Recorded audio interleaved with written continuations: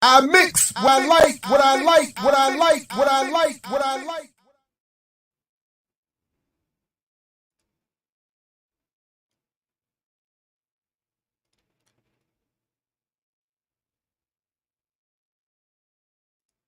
All right, what's up, world? What's up, everybody?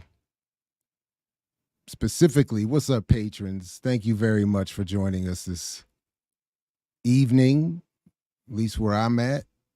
Uh, Let me get this out of the way here. Um, but yeah, if you get it, if it's at all possible, let others know you're here and that they should join you. And I really appreciate you all coming through. I appreciate the hoops, SP. Thank you and welcome. Right on. What's up, Renee? Welcome, welcome. Thank you very much. It worked. It looked like it worked. Peace. Peace, TWOFs. It's art with words.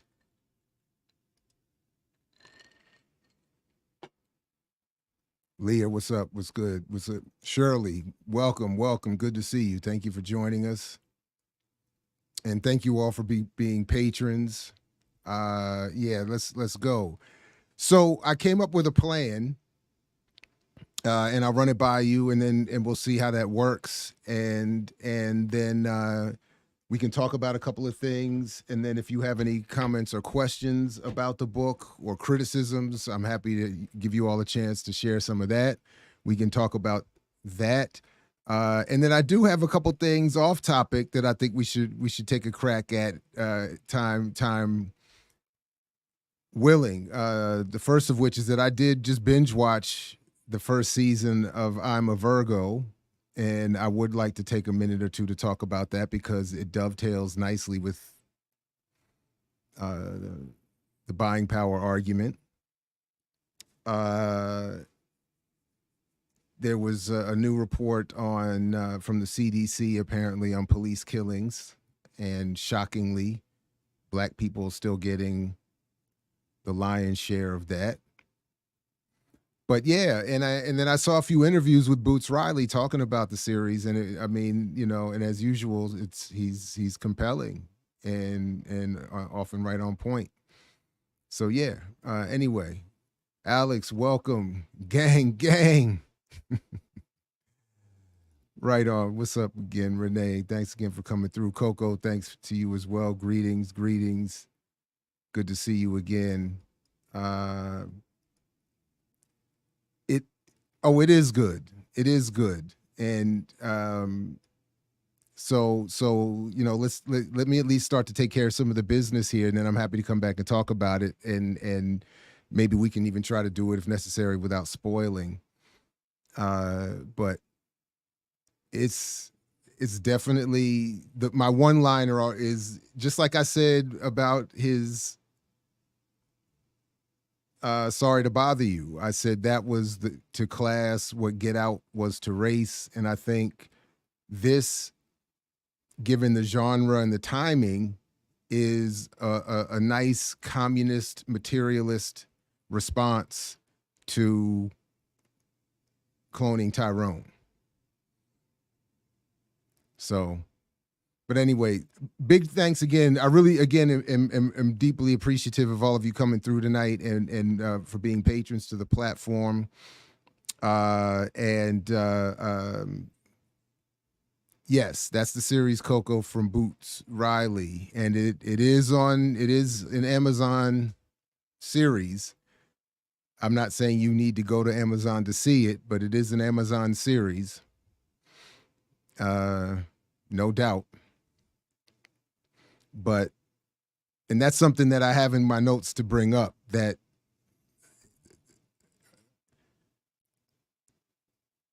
I don't know what else we could expect to be done in those spaces. So, and they did a lot.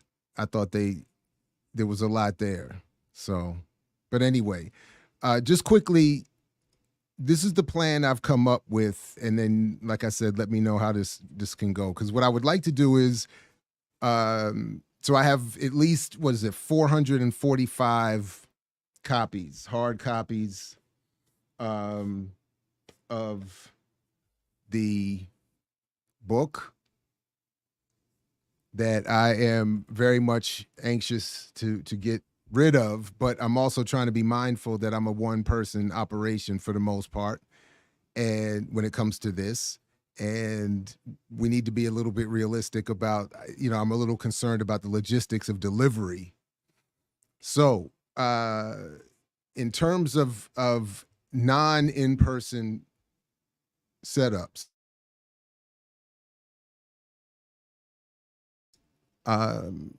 so for instance, in the DC, Maryland, Baltimore area, NETFA is I think working on setting a couple things up at Busboys and Poets. So there's several of them in this area, so we can get hard copies out.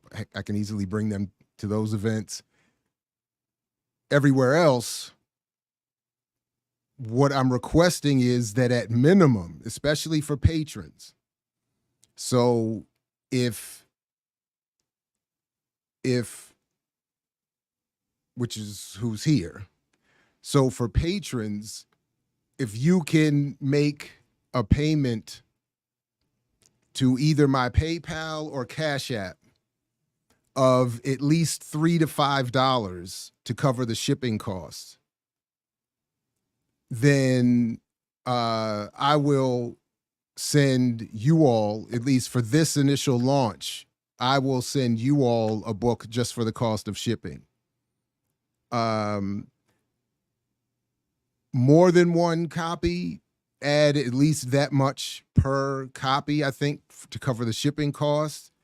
And then I would like maybe to consider having you make a payment of some kind for the book, whatever you would want it to be, that you would want to either go directly to me, or even better yet, someone else, or to, if you wanted to make it like a donation to Prison Radio or some, Abolitionist Law Center or Community Movement Builders or Black Power Media, then in addition to putting your address in the notes, obviously, or wherever you want it sent, you would just put, this is for X amount of books to go here, or this book should go there, and we'll work it like that. All right, so that's my first attempt at explaining the best plan I could come up with. Absolutely. If you want it signed, tell me to whom it should be signed. I will happily sign it, of course. Good. Okay, good. That works. Okay, cool. No. I mean, let's be real. This is part of the Freedom Scholars Award. So Casey Foundation paid for 10,000 copies. So at least for patrons, and you all, you gotta get a first, at least, so we're gonna, you all gotta get something, you gotta at least get a first, and then most importantly, I just want the book to get out. I want it to be read. I don't want them sitting in my basement. The point was never to make money. The point was, this was not expectations of changing my life financially. So I'm more interested, but, so just as long as I'm not losing money in the venture, so as long as I can't afford to pay for every, to get the book. So if, I did look it up, and having sent one, in another instance, it's, $3 to $5 is probably likely enough for the shipping cost of one book.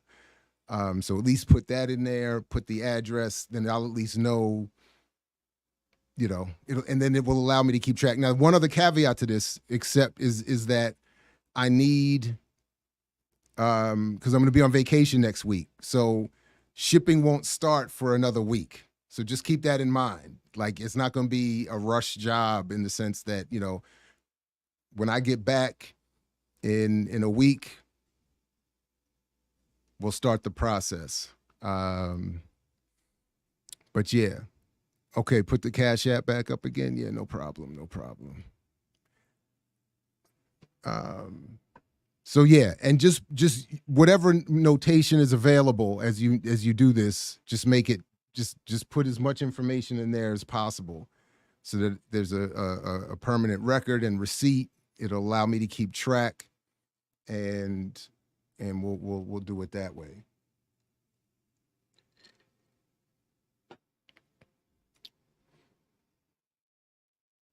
Thank you very much.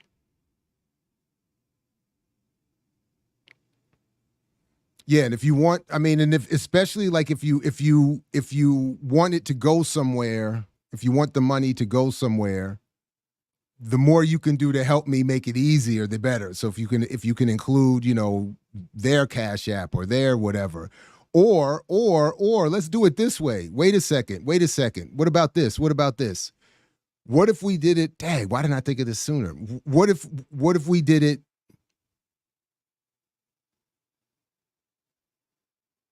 All right, what if we did it this way? You make a payment to me that covers the cost of shipping. And then if you right, and if you want one book to go somewhere, put the address where you want it to go. But if you wanted to get other books as donations, put whatever you can towards whatever you want as the donation beyond the book. That it seemed easier in my head. Make the payment to them, and then just, I don't know. It seemed easier a second ago. I started to think you could make the payment to them, have the receipt, show me the receipt or whatever or tell me that you did it, and then I'll just send it to them. I don't know. I think I just made it more complicated than I needed to. Uh, let's just to make it safe, Chris. Let's say $5. Let's just say $5 for shipping, just to make it simple. And just send $5 to shipping. Put the address in there, and then if we're in DC or Maryland, can we pick up the books? Now that I don't know. That I don't know how we would work that part out. Other than inviting you to stay tuned for when we get these events for the area's busboys and poets, or if there's some other event space that you all have in mind, or if, like, we could do something where, I mean, I'm open to ideas. We would just need a location to do it.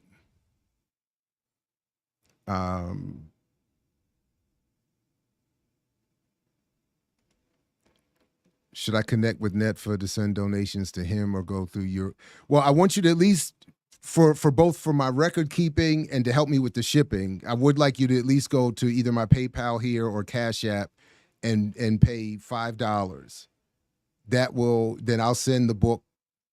And then if you want to, and then I think let's just make it easier. If you want to make a donation to somebody else, if you feel like you would have spent, if you would have spent retail at $45, or if you would have spent $20, which is probably what it will be at a live event, then maybe you say, well, I gave Jared $5 for the shipping, and I'll send $15 to whatever organization I want to send it to, and then put the address to that organization, or something like that. In the Cash App, PayPal note, we gave our name, address. Yeah, I mean, you would note that the $5, although I'm pretty sure it'll be clear. You would note that the $5 is for the cost of shipping, and then you would put. I'm assuming, if I remember correctly, you can always put you would be able to put a note that would have your address in it, or at whatever address you want the book to go to, and then that way I'm hoping that when I go to the post office, I can just pull up the app and start writing out the labels based on just reading through the app and who paid what.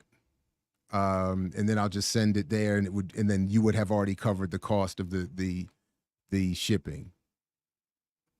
I hope that makes sense.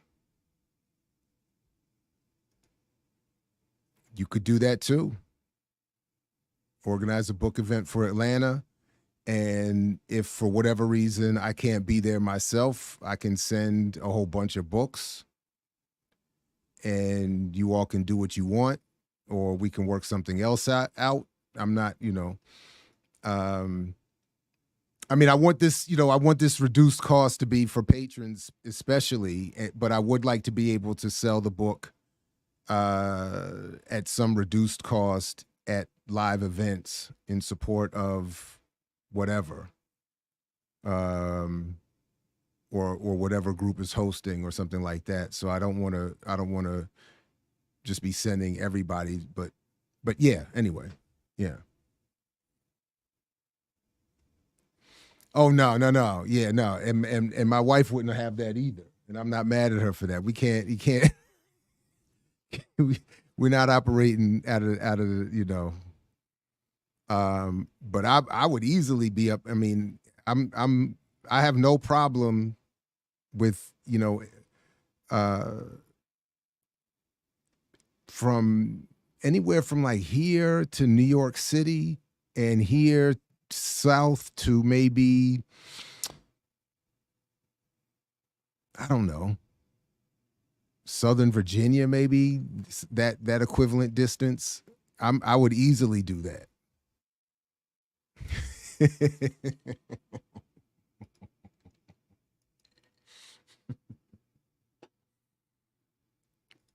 He said he read the first one.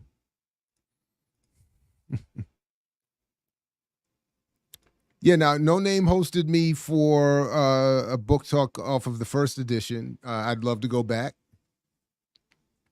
And I'm open to other ideas for suggestions. Folks you can always email me after tonight. This is just an initial thing here. We can always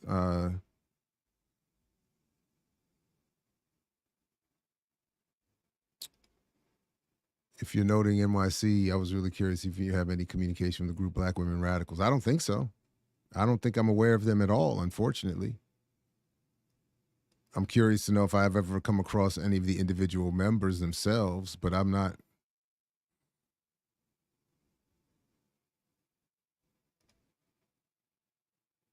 I'm not familiar with this event, but I mean, I'm down for whatever. I mean, uh, I'm very flexible. So whatever you all think would be a good idea, a good way to get folks copies of the book, is great for me. Again,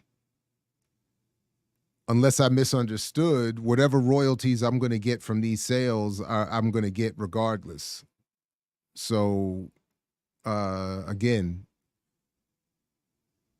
if we can raise money for a certain event or an organization, or again specifically to thank you all for being patrons, to give you all the reduced shipping, price of shipping cost, is I'm very happy to do that. Yeah, we're talking about specifically NETFA is talking about setting up a few, hopefully a few, but a couple in the area here from DC to Baltimore.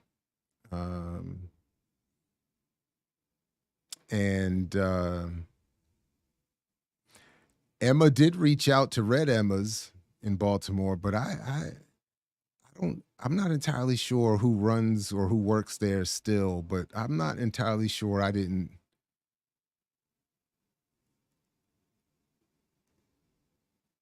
I don't know. I feel like I wore out my welcome, having only been invited there once. I don't know. I don't know. Well, I appreciate it. Thank you very much. And seriously, I think it's we should be doing this more often, or should have been doing this more often in terms of inviting people to sign up over here. and support us over here. And then definitely I will be doing more to in terms of content production and giving you all first to crack at things. And just we got to be better at that, and I want to do better at that. So thank you. Oh yeah, they had me around once too, off the first edition. Black Men Build. Shout out to Phil and his family, especially now. Um, but I'm always down. I'm always down for whatever. So I'm again my biggest concern is to get the books out and read. So this is the other thing that I is very good news to me, and I was happy to look at it. The initial error that they made in the first run of printing, that was such a to me a glaring error. Now of course my man Todd has since pointed out a couple others that are my fault, but or I would argue the collective editing process's fault. But the one that egregious typesetting error that they made, that I was blown. I'm usually very quiet. I'm just happy to get the book done, so I'm not beefing with anybody, but I raised a little bit of a fuss with the good folks over there, and I'm very happy that they made the correction. So all of these books have they're corrected. So I was like, oh, woo, because that joint was hurting me. The errors that are mine are bad enough, but I was like, man, I had double checked, and at least for stuff like that, and I was, oof. So I haven't been to Southeast in a minute. I would love to go back over there and to do something connected to getting this book out. So if you know, or if you are involved with them over there, and want to put that together, please let me know. And I will pack up a crate of these books and head on down. No, I appreciate that. Thank you very much for your support. Thank you. Thank you very much. Shirley, thank you. Thank you. That is very much appreciated. And I think a nice little, obviously, Alphabet isn't going to collapse over the weight of our membership. But I like the little, I mean, if you're going to be that egregious, it's like my little subtle joke is like, I will, in terms of popular media and culture, like I get it.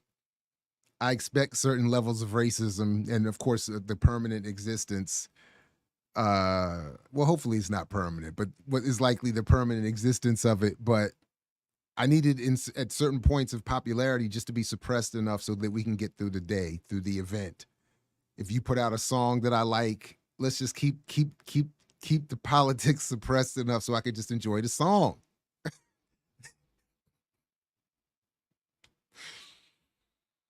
But if you're gonna come this be this much of a thug, as I think YouTube has been, come on now.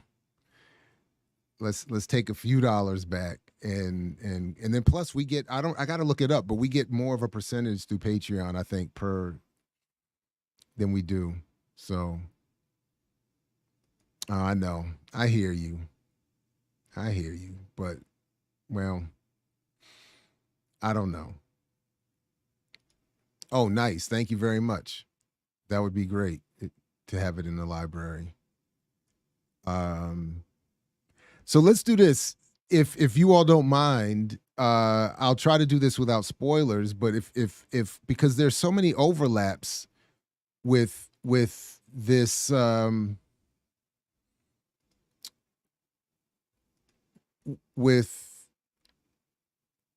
this series.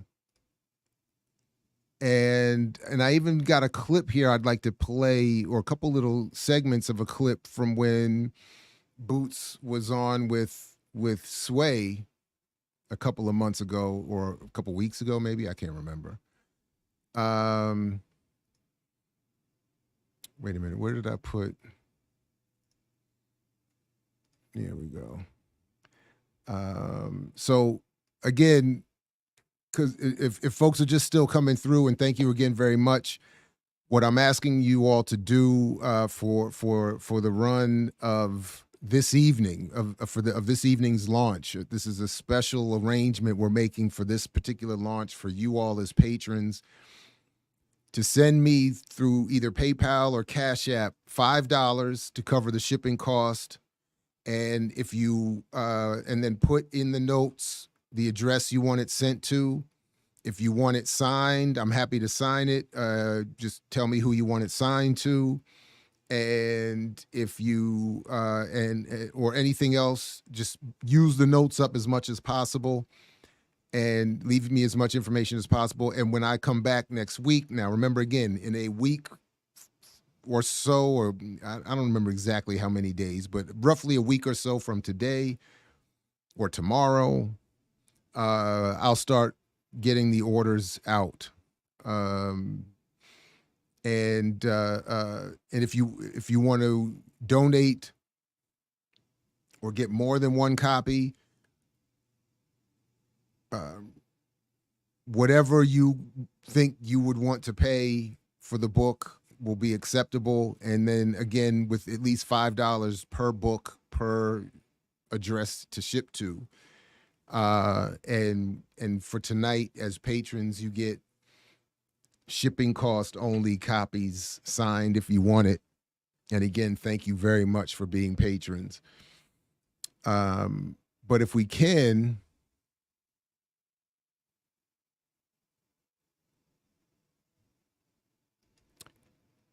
so breaking ground, I would say this is a contradiction. It's not ironic.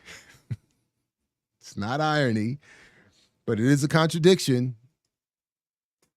It is a contradiction, and that's why when YouTube decides that they want to cut us off, the impact is that much more severe.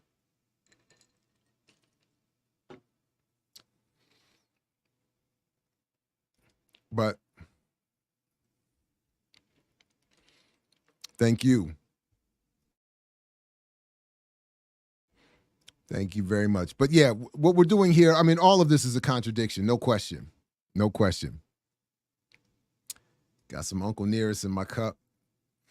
But yeah, there are many contradictions here. There's zero refusal to engage that. We're clear on that. That's just, Shirley, I just want a signed copy. I couldn't include that on the address. And okay. Oh wow. Okay.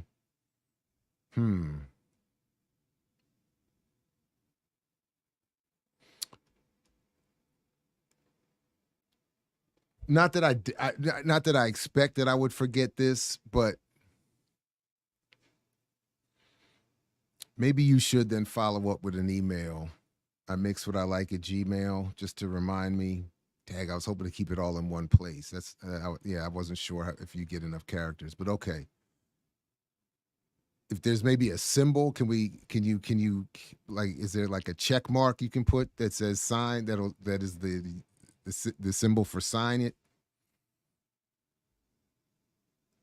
It won't let you put an address. Yeah, email. Yeah, obviously email. I mix what I like at Gmail. If oh, I'm sorry about that. Dang, that's messed up.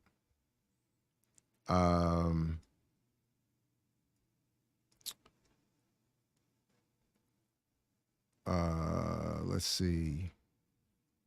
I mix what I like. Yeah, I mix what I like at Gmail. Just and in the email, just make sure you put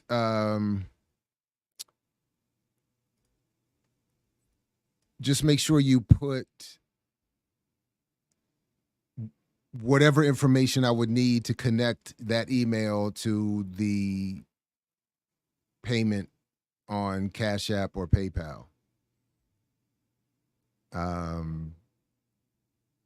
We'll do it that way.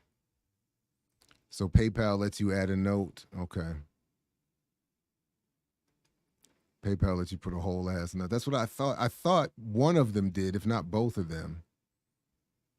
All right. Yeah. If you forgot or anything, just send an email. Yeah. Yeah. That's it. Yeah. It does. It has a Bitcoin option, no doubt. I mean, again, and PayPal was co-founded by Peter Thiel, so or founded by Peter Thiel.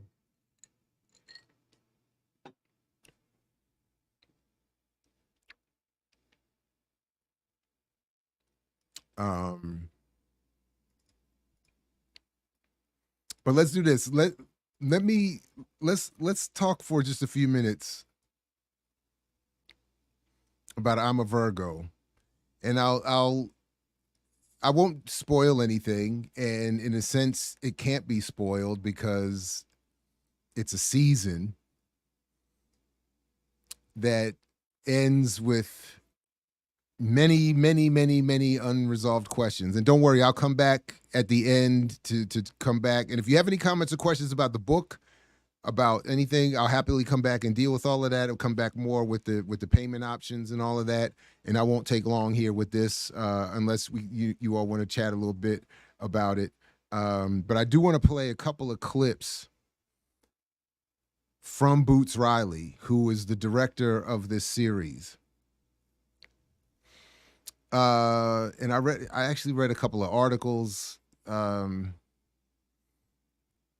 it. Let's see. Let me pull these up here so we can get before I play these clips that'll so I had to pull the PDFs because these are New York Times articles. They were behind a paywall. But let me move down here. There we go. It's a little better. And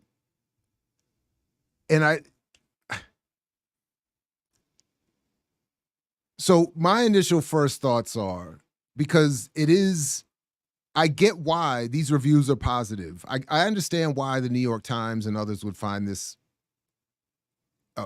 series positive, and why I would still enjoy it to a certain extent. I get why Boots Riley could make a rare visit to Sway on Sirius XM and say some of the things that he says and still get away with it. Not much, not often.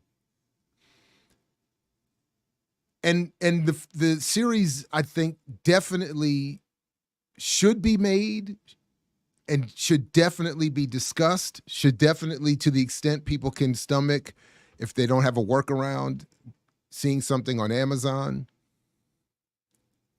It deserves to be considered as much as so much other horrific nonsense in pop culture and commercial media is. And I've found myself feeling increasingly sorry for intelligent Black culture producers, filmmakers who know that they're constrained and have to. What I've been saying since Jordan Peele is like the Jordan Peele effect. That it's almost necessary to do something in a horror, comedic, sci-fi, something which is not my preference. That's not a genre I'm a fan of. I've never been a fan of it. I've never been a Star Trek fan or anything like that. I don't hate on it per se, but it's just not my thing.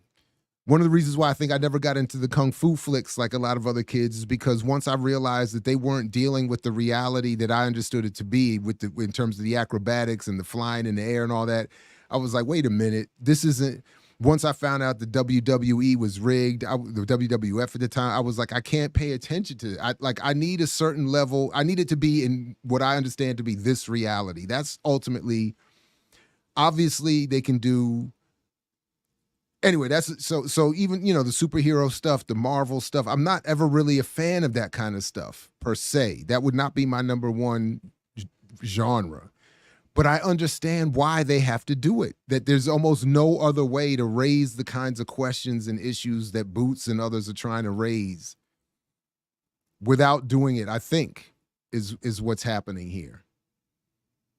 So as I was saying, unlike the Tyrone film, this one, as much as it goes into a sci-fi unreality, it does offer a very real analysis of capital, it claims communism, it claims the defense of labor strikes.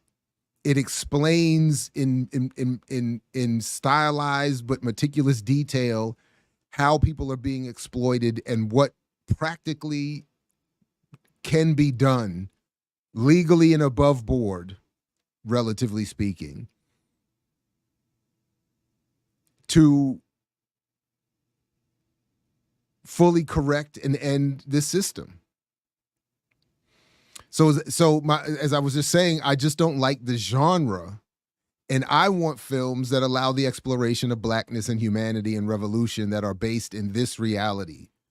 So someone on Instagram got at me and said that they lost faith in my movie picks because they watched that what they said was some silly Scottish movie when I suggested that Banshees of Inisherin is a good film. And no disrespect, but I keep getting confused if it was Irish or Scottish. But the point is, I think it's Irish. Maybe it was. I can't remember. But they were saying it was slow and boring, and how could I recommend it, and this, that, and the third. And my thing is, I don't need a lot of action. In fact, I don't often want action and sci-fi and wormholes and parallel multiverses and 13-foot giants. I really don't want all of that. I want not this can't happen in these spaces, and I think was done in this one and in Sorry to Bother You, but I want just really good story, acting.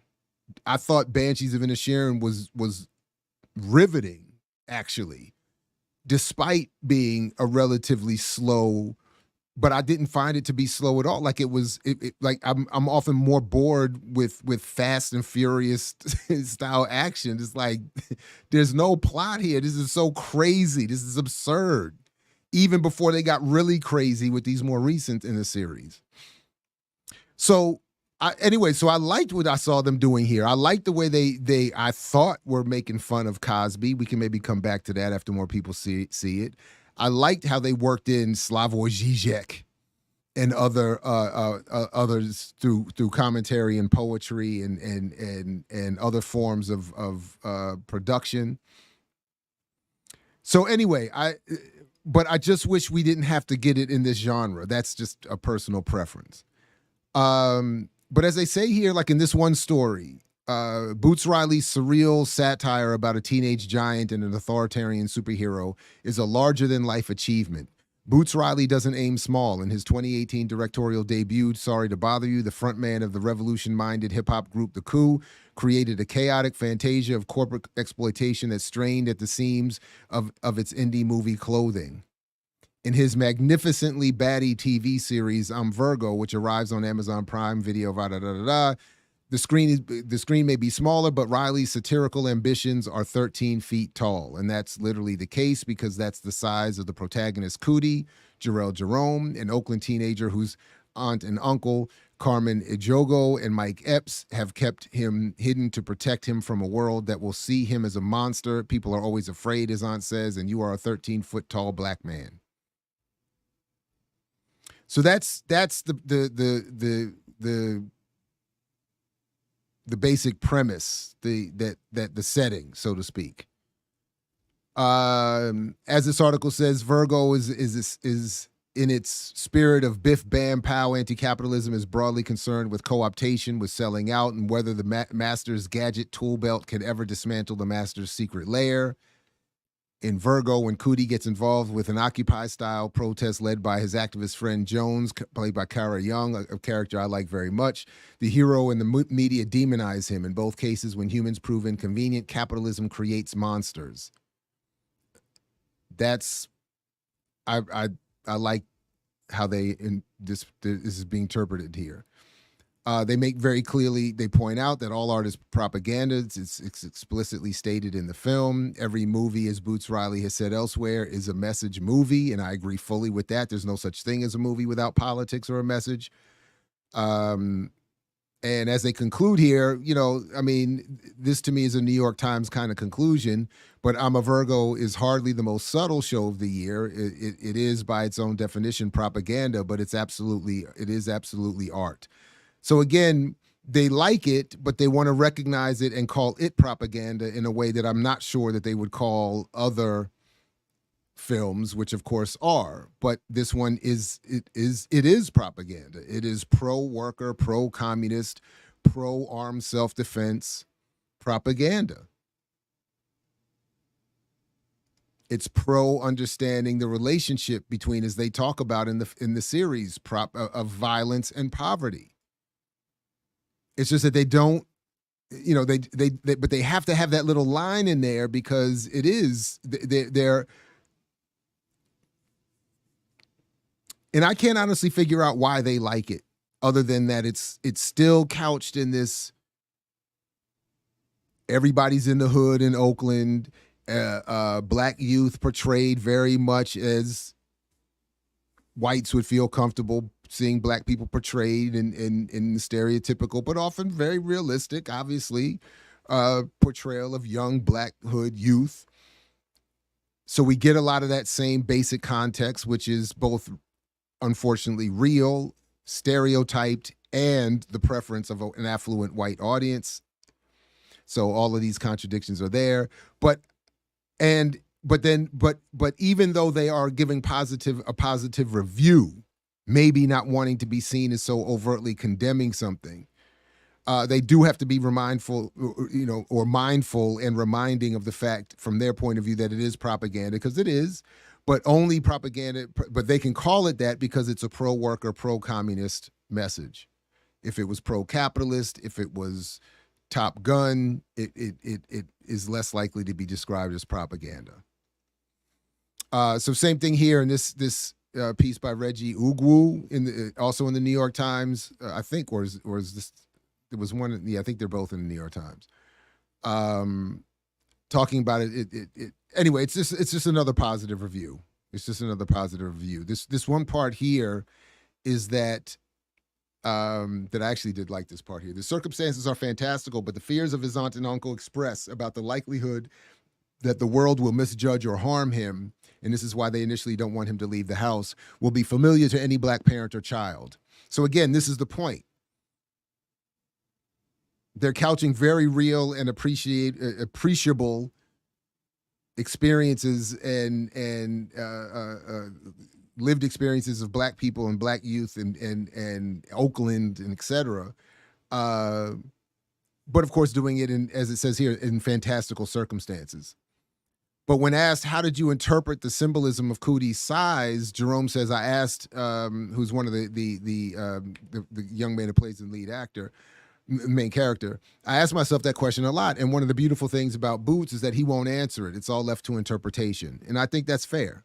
So again, sometimes I'm frustrated when artists give that answer, but that's fair. It is up to interpretation. Why is this the setting per se? Why is this per se the setting?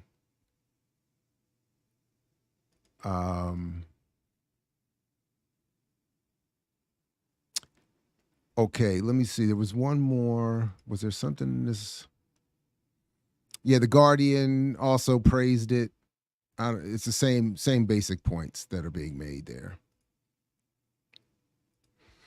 All right, so let me bring up these clips though, because it's almost shocking to see. Although maybe I don't watch Sway in the morning enough anymore, but I don't, it's shocking to see someone say, so let's see if we can get,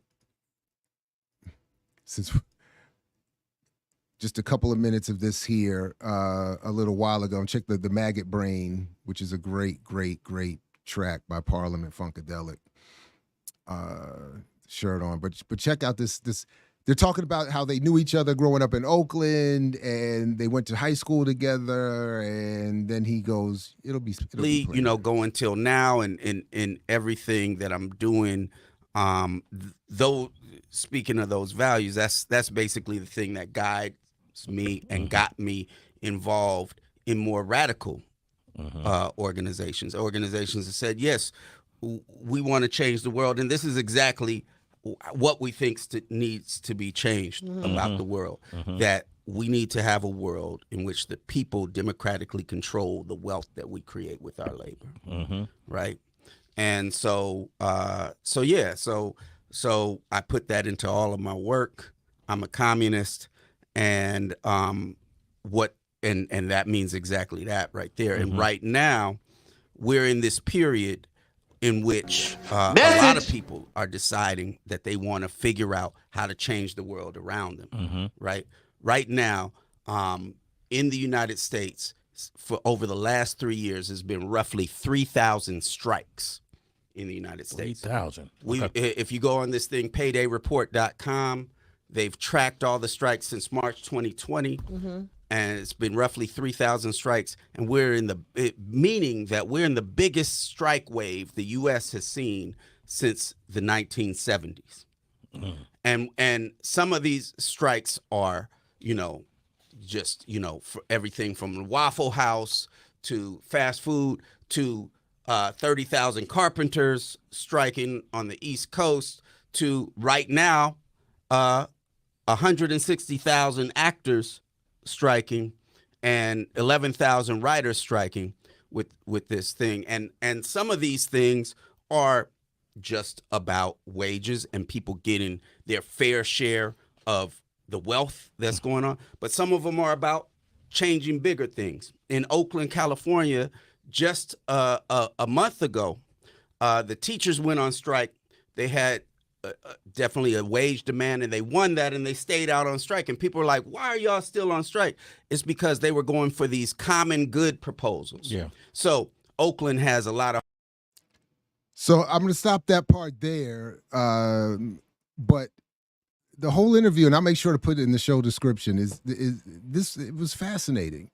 And there's one more clip I'm going to come back and play, but it's important that he mentions all these strikes happening, because this is a major theme of this series. So I hear you, Doc Jab, how can this be any better? How could this be better? Like, what would the difference be if they let Boots run and do it for real?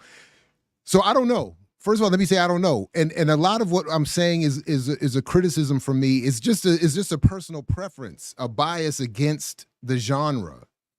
I'm just not a fan of horror, sci-fi, again, anything that's not based solidly in this reality.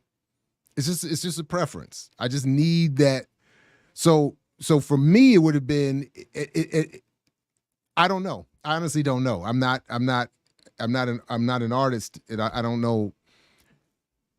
I would just, if the focus could be making these points and telling this story without all the fantasticalness of it. And I know they could do it. And again, I don't need a lot of action. I don't need a lot of big budget explosions and this, that, and the third. And in fact, so I don't know. But what I'm suggesting is that they know that this is maybe the only genre, or probably the only genre that's likely to get something. I mean, to say overtly, and I could just feel it even through the YouTube, when he says on Sway, I'm a communist, and starts talking about strikes. And the way the video ends, the way the segment ends, it even almost feels like they're like, okay, love to have you back. Another, like, it just felt like, I don't know, it just felt at the time watching it like, we're going to applaud you, but we're going to get you out of here and get back to the regular, run of things here. So I don't know.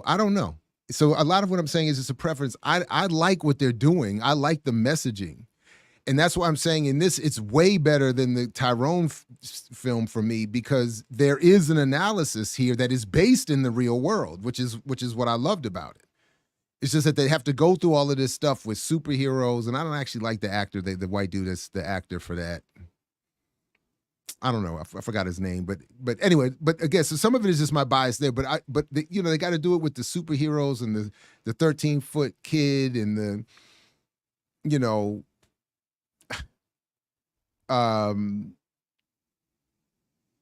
which to me ends up like they have to go through like a sex scene. Because of course, the question of if he's 13 feet tall.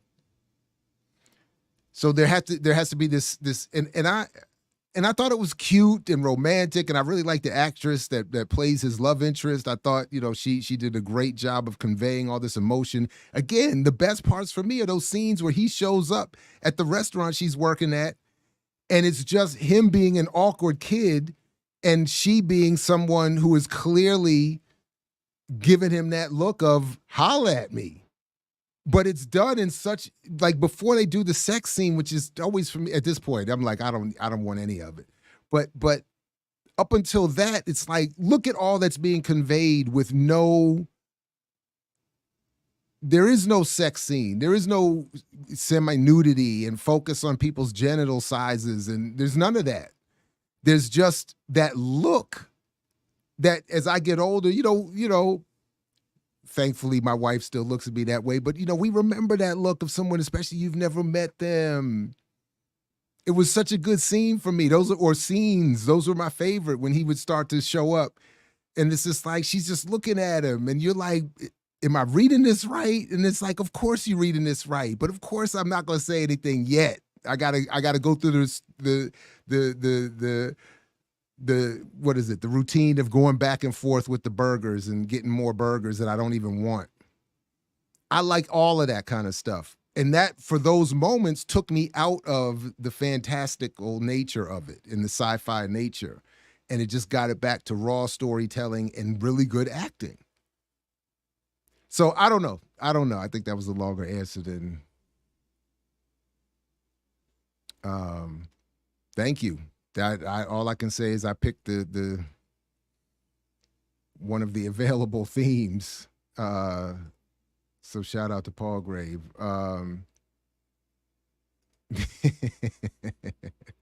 She did. Anyway, let me play this other clip real quick from that same interview, because this really dovetails with what I'm talking about in my work here, and it was dope to see it, and I just could feel the tension. Like in the 90s, there was a lot of black movies where the happy ending was everybody moved to Atlanta. Mm-hmm. Remember that? Mm-hmm. Like, we moved to Atlanta, and that's because that was the idea. The idea that we're selling to us is that all we got to do that capitalism isn't the problem. That all we need is black capitalism. We need black business owners, black police, black mayors, and it'll all be good. And that's what Atlanta stood and stands for, right? But as we can see, you could go to Atlanta and you got some people with big houses, and you got a lot of people struggling and having to hurt each other in order to just survive, right? Right? Having to hustle.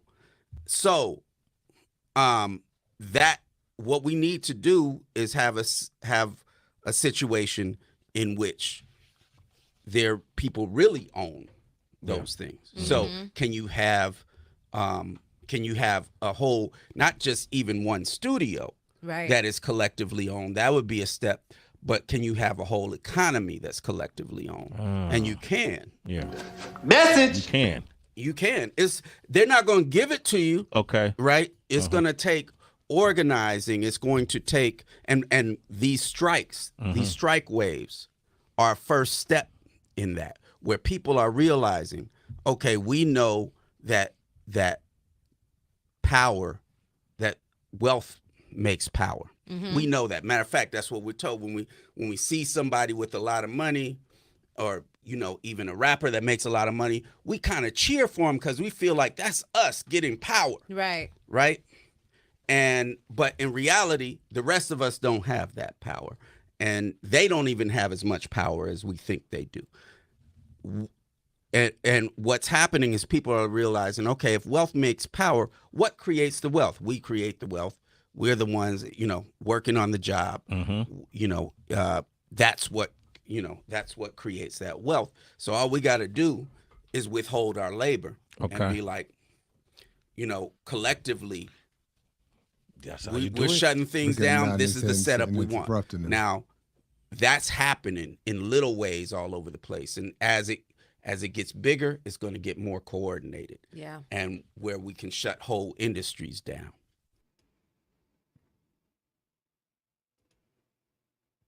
I love it. And then if you watch the rest of the clip, he says at one point, y'all will come to work one day and just decide we keeping Sirius. We keeping Sirius XM radio. And y'all just gonna have to deal with it. And they just start applauding.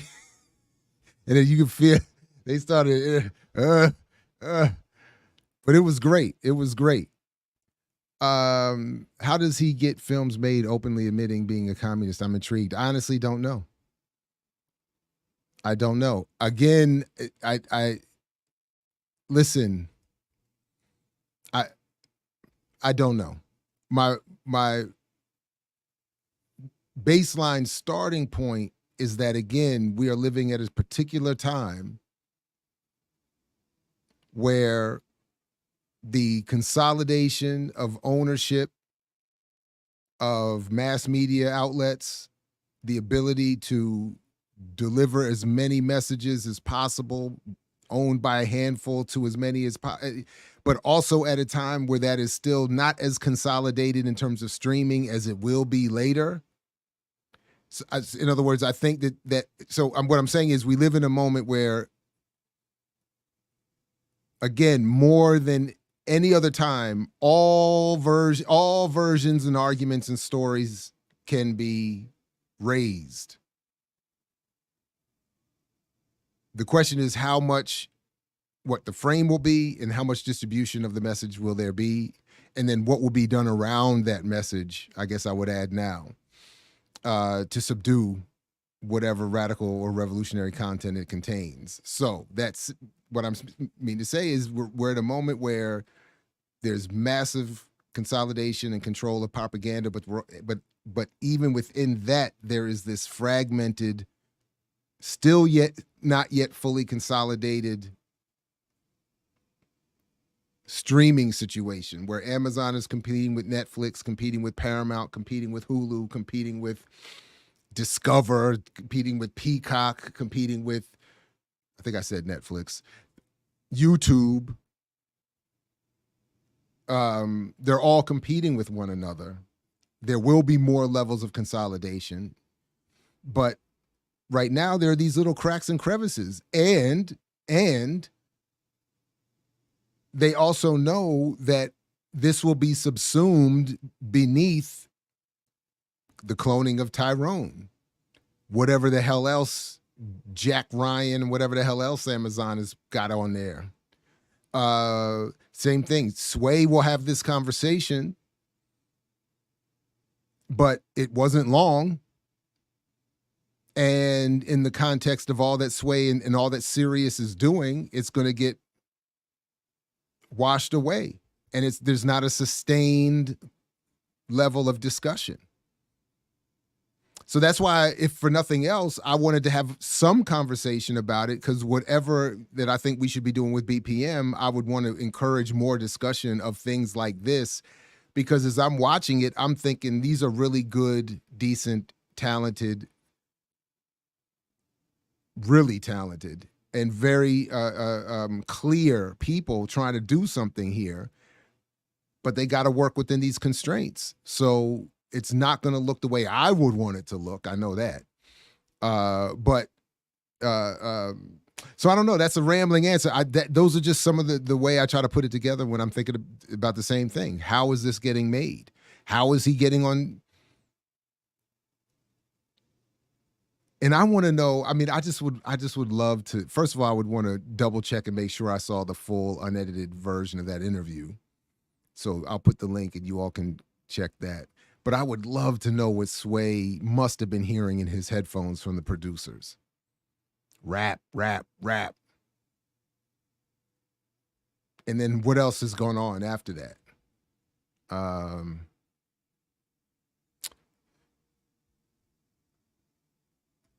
I don't know. I got an alert. I get alerts on Patreon all the time. So, but yeah, and then there's enough sci-fi. I mean, it's not. I mean, yeah, the New York Times is calling it propaganda, but it's relative to what we're used to seeing. Again, my argument with They Clone Tyrone is that there was no analysis. Not really. It was just, see, Illuminati, cloning, conspiracy. But Boots is saying characters in his film, they do some brilliant, and this is where I get it. The sci-fi makes sense. And this part I get it, because they could do things cinematically to explain what he just did in the context of a series that is targeting the people who probably just watched Clone Tyrone or who will end up watching it and other things like that. I'm just convinced that they could do it in a way that suits. Anyway, it doesn't matter. The point is, but they get all of that in there. But there's still enough sci-fi. There's still enough, again, maybe that's why you got to have the sex scene. Maybe that's why you got to have, although Mike Epps, I think first of all, he is very talented. I think dude can actually really act beyond just, I know maybe he's playing the same character or another version. Maybe, I don't know, maybe I'm doing too much, but I really like Mike Epps. And in the context where he's not, maybe, I don't know, he's subdued or more mature or whatever, I liked, and I won't go too much with it, but I like how they handled him and I keep forgetting the sister's name, but their relationship, and I like what their conclusions are politically, to a certain extent. Yeah, yeah. But anyway, I just think that there was enough. Yeah, they're going to be uncomfortable, but there's enough. There's enough other stuff in there that it's not too much. That's what we all try to do.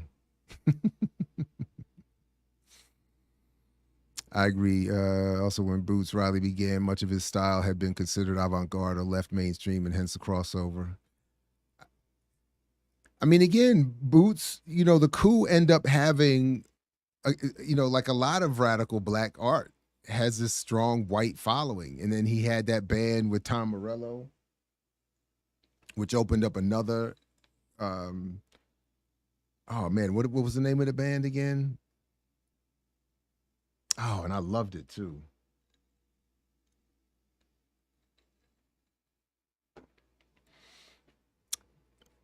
Man, a couple years ago, they did a show at College Park, University of Maryland, right out in the quad. It was not well attended. It was crazy. And it was off the meat rack, as they used to say. Some used to say. Had my daughter there. She got to meet Boots and the sister that was lead singing for them.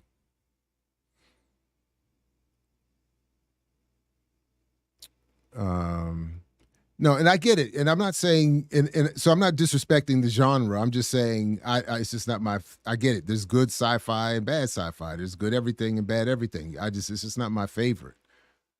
So I don't know. Maybe I don't know about a stand-up. Okay, maybe I haven't. I don't know if I've ever seen a full Mike Epps stand-up, but I whenever I've seen him act, even in these silly movies, I actually like him. I like his performance, and I liked him in this. Yeah, right on. Yeah.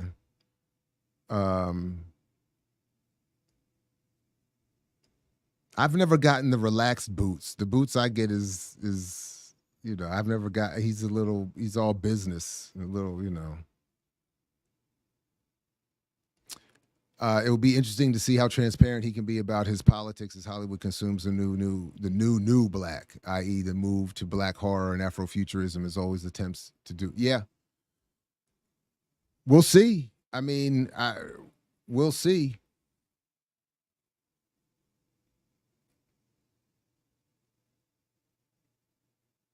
There it is. That's right. Thank you. Street Sweeper Social Club. That's right. Yep. Yep. Yep. Yep. Yep. Yep. Yep. Yep.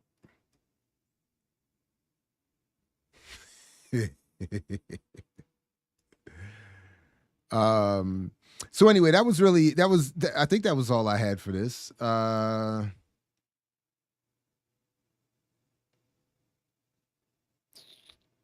Yeah, that was it. So, but anyway, I hope people watch it. I hope people check it out, and you know, and I would love to see more discussion of it. I'll be looking for more on these YouTube streets as well. But again, same thing. Like I'm not a fan. Like the horses and the this and the that and the I I just would prefer not to have to deal with that. But I thought again, the messaging is on point. And again, my point is, sorry to bother you, is to class what Get Out is to race. And again, I think in terms of the timing, this film is a materialist, a communist analysis, uh, uh, antithesis to the Illuminati vague conspiracy. I don't want to do nothing. I don't have nothing to offer. Tyrone. Again, the sister, again, even if you compare wow, that's interesting. If you compare the sister in, because the two protagonists in each, two of the protagonists in each film or series are women.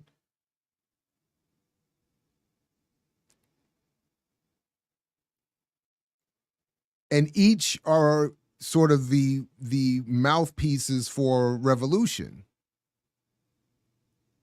But check me if I'm wrong. Let me know. Obviously, you will let me know. In Clone Tyrone, the sister is like, we need to have a revolution, but that's about all that she's got. It's vague. It's not clear. It's not. There's no real analysis. It's just like, let's go. Let's just go get them. Because of course, all we see is that this has been reduced to a mad scientist and a white man, and there's no. It's just like, you know. But the sister in I'm a Virgo. She is. I'm not going to spoil anything, but she has her own special way of conveying clearly what is going on racially. I don't think they don't use the word, they don't use my preferred colonialism, neo-colonialism, settler colonial. They don't use that. It's a communist analysis, but it's clear. And it's not only clear in terms of what's happening to Black people, to working people, explaining even down to interpersonal relationships. But she says clearly, and in terms that are applicable to our lives now, organize and strike. Little strike, big strike, small strike, general strike, strike. I'm like, and you get the, in other areas, you get the explicit support for armed self-defense. So I'm just like, to me, the differences are very clear. The impact on me as a viewer is very clear, but both are still having to do this in the comedy, horror, sci-fi, fantastic, mystical type of context. And that's the only thing that's a little, that, well, to me is the I'm just not, it's just not my preference.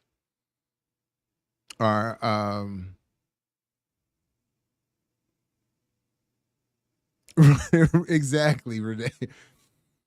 In they clone Tyrone, her analysis is based on Nancy Drew, as Jackie explained on the remix. Exactly. But when you watch, if you watch, I hope you watch I'm a Virgo, it's night and day. It's universes apart in terms of analysis and clarity. And where there's a parallel is the quality of the acting in the performance, which I thought was, I mean, that's the other thing. I thought everybody was great. Yeah, I'm good with the horse. Like I just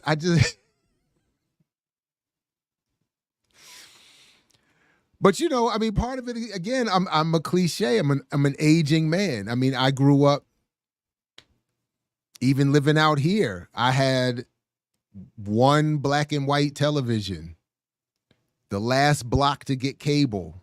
And I remember that too, watching them. Everybody, all the white kids I was going to school with had cable already.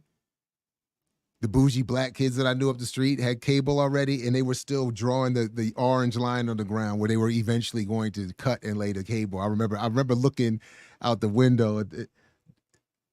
We lived on the top floor was the third floor, and I remember looking down like, when we gonna get it? And I had the pliers to turn the channel, and that was beautiful to me. Black and white little TV screen, literally smaller than the my laptop monitor screen right now. Click, tinfoil on the antenna. Click, click, click, loving it. So now, so in other words, I don't need all the CGI, and they did really good work in terms of the forest perspective and all the things that they do to make to do the deal with the size and all of that. Really good work. I mean, it's fascinating to see how they do that. But I'm just saying, I don't need all of that to be entertained and enthralled. I just need a good story and some good acting. Anyway. Yeah, I'm trying not to ruin it. I'm not ruining it. I don't think I've given anything good away. Ooh, no, I have not. I have not. I will look that up.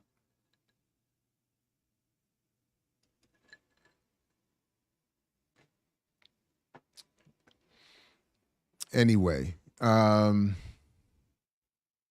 we can definitely come back and talk about that again once more people have a chance to see it. Maybe more people on the platform will get a chance to see it. We can do more about it because I hope more is done, and we should try to get Boots on the platform. I don't think I have any lines to him anymore, so. But I would like to have him come on here and rock a little longer.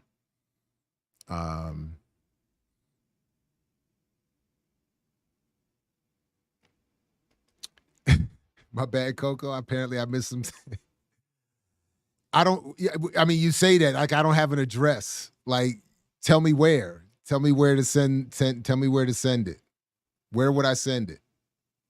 I'll send him the e-copy. I don't have an email for him. I'll send him the hard copy if you got an address for him. I would love for him to read the book. He wrote a blurb. You know, I mean, again, now he wrote a blurb for my first book.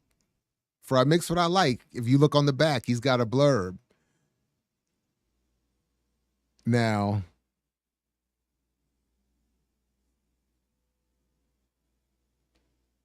I'm just gonna leave it at that. Let's just leave it there.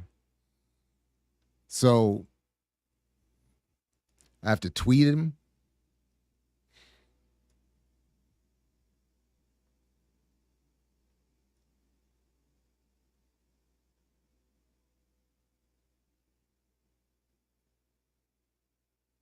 Dr. CBS, Diallo, Kalanji. I mean,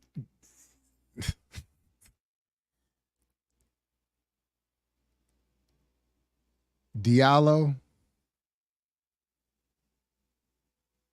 I know how to find him. Do I? I don't know. We'll see. Help me out. Help me out.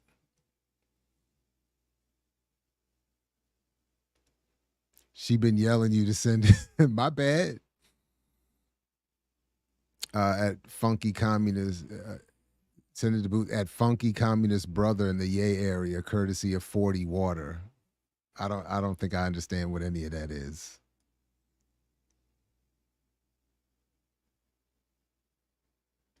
I do not. I do not have any connections there.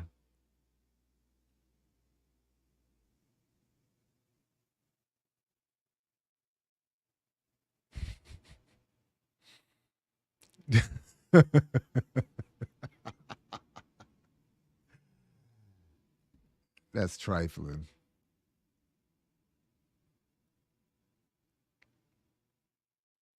Anyway, just so anyway, I'm happy to come back to that. I appreciate that. So look, before I know we wrap up at some point here, let me just come back to this point that again, what we're saying for patrons, and again, big shout out to you. We got a lot of patrons joined in the last few weeks, in the last just week and a half, really. But this is what the request is: $5 per book, per shipped to cover the shipping cost to PayPal or to Cash App. Put as much information as you can. Obviously, the address where you want it to go. If you want it signed, to whom, let me know. And if you can't, if there's not a lot of room, I think in the Cash App, to maybe just put a check mark to let me know you want it signed. If you want it just signed to you, and if you want it signed beyond just to you, just send me an email to imixwhatilike@gmail.com.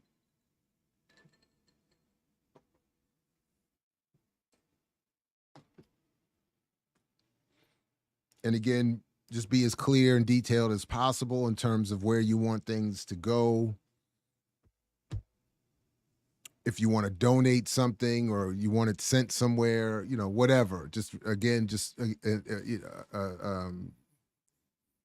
least for this launch, $5 for shipping per book, and you can get a signed hard copy sent wherever. And again, I am very, very sincerely appreciative of the patrons here. You all have, I mean, it's really impressive and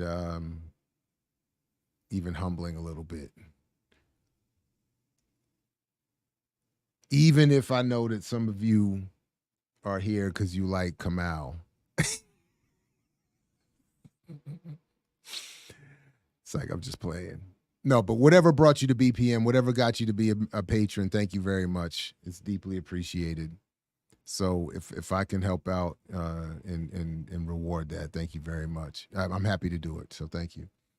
You should request a specific subject line to better segregate. Yeah, you're right. MOBP shipping. That's a good idea. But please use that subject heading if you wouldn't mind. You're right. That's a great idea. Thank you for that. Can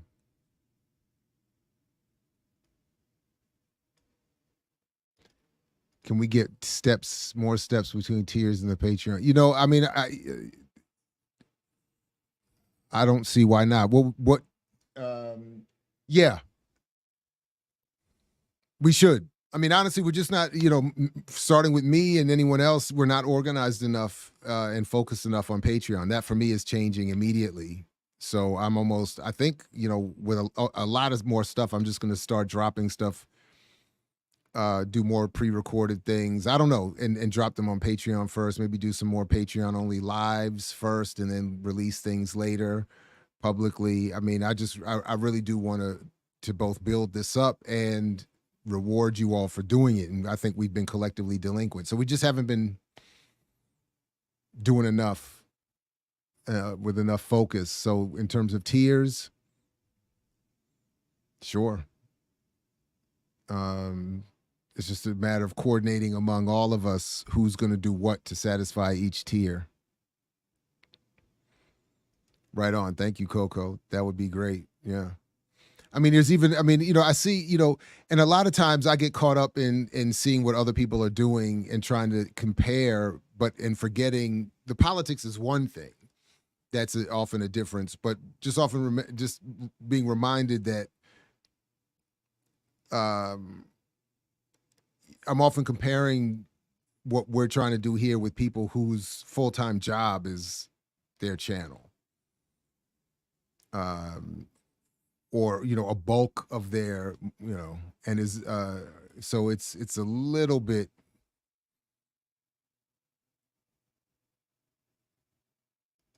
Who's the middleman? You mean YouTube? But as was said, they have the audience, so we can't. They, Anyway. And again, if anybody ever has any comments or questions or criticisms, especially of the book, please let me know.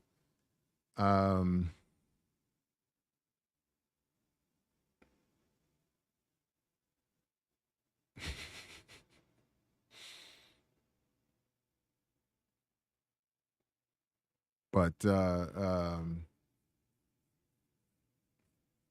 wow, yeah.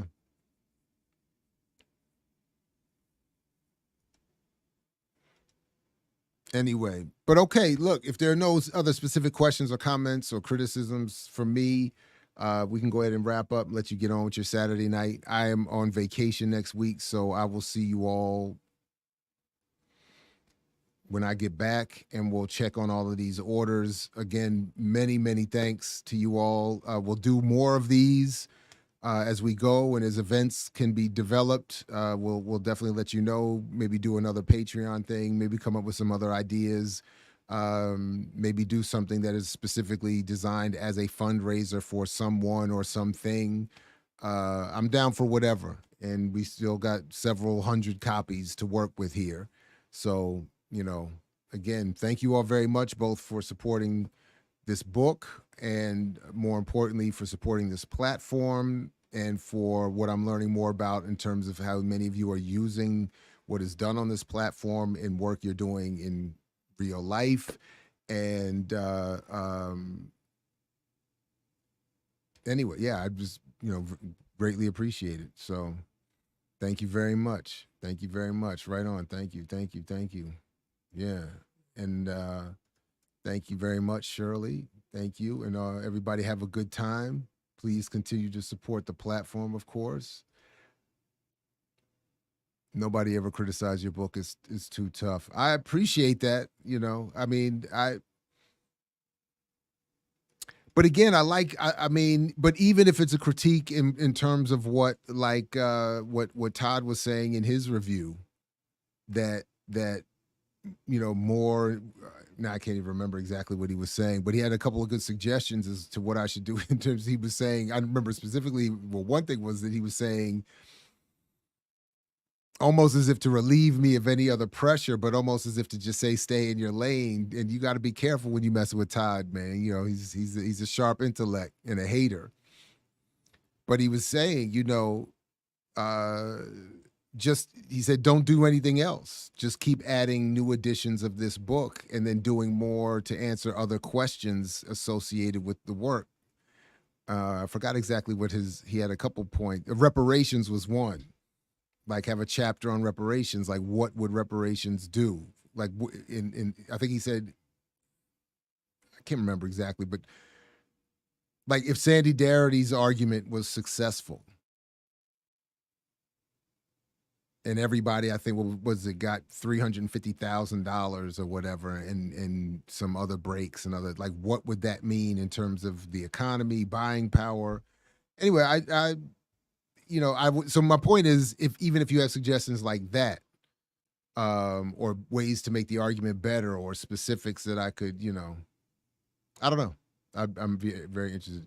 Yeah, definitely. This is vacation, Jared, already. And the nearest is gone. This is the last sips of the nearest, so it's about to be,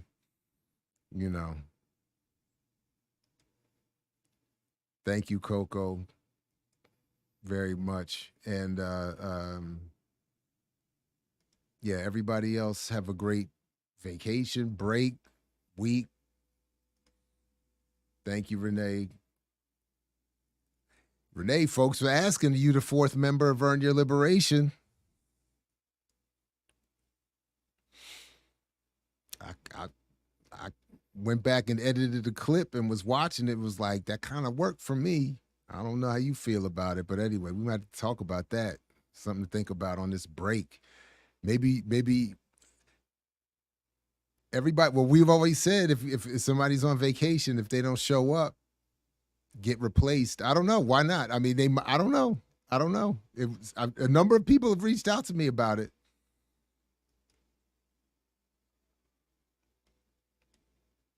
Number of people have reached out to me about it. They enjoyed the flow. And did y'all see that though? She called Diallo an asshole.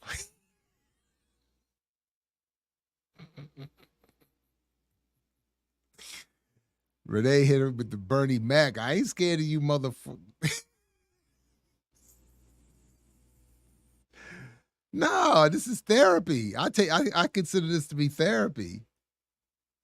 Yeah, really. No, actually, really, Renee. A number of people have reached out saying, you all should, I'm gonna propose that you at least replace me for next week.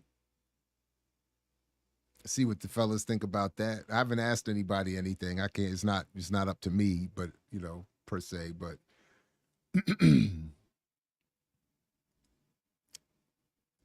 yeah, yeah. Oh yeah. Diallo is, and again, meeting him and his wife and his well, at least one of his sons, meeting him in context, I found very helpful. Diallo's, he's not a bad dude. He's just he just sometimes gets in that. I feel like he gets in that rut, that lane. But Shirley, not Shirley. Shirley too, I'm sure would do just fine. I'm just looking at the chat, reading the chat, but I'm sure.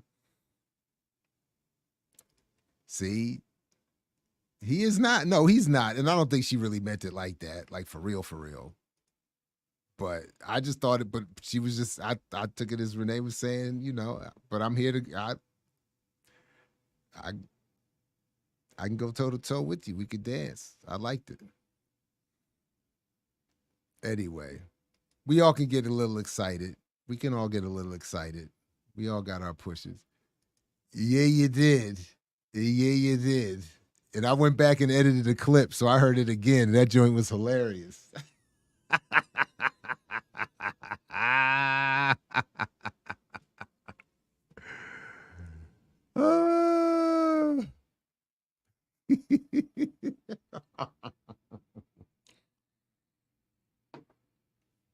Yeah, it's just a momentary thing. It wasn't anything deep. It was funny. I thought it was funny. But anyway. Yeah, he's a fighter. And I watched it live. There's the youngins got a what's the name of their channel with the debate league? And I like the idea, but they had Diallo on there with this young brother from Stanford. It was a mess, and they took it down. And I disagreed with that. I thought they should have left it up. Unfortunately, they took it down. But Diallo was giving it to him, giving that dude the business. And young man, I'm not mad at him. When I was that age, I'd have lost it too. Young man got really upset. But I'm absolutely convinced in my 20s, Diallo would come at me like that, or anyone come at me when they did. It happened all the time. In some debate or some argument, I'd have been like, what?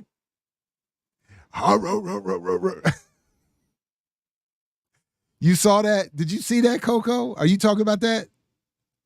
No, that dude was not ready. But most of us aren't. Diallo is sharp. And then Diallo has a skill. And he's got a sharp mind. I don't always agree, and I often see him doing these little tactical, what I think are tactical things. But okay, right on, Coke. Yeah. But dude, and then when Diallo saw that he could get dude upset by referencing Stanford and calling him Stanford. At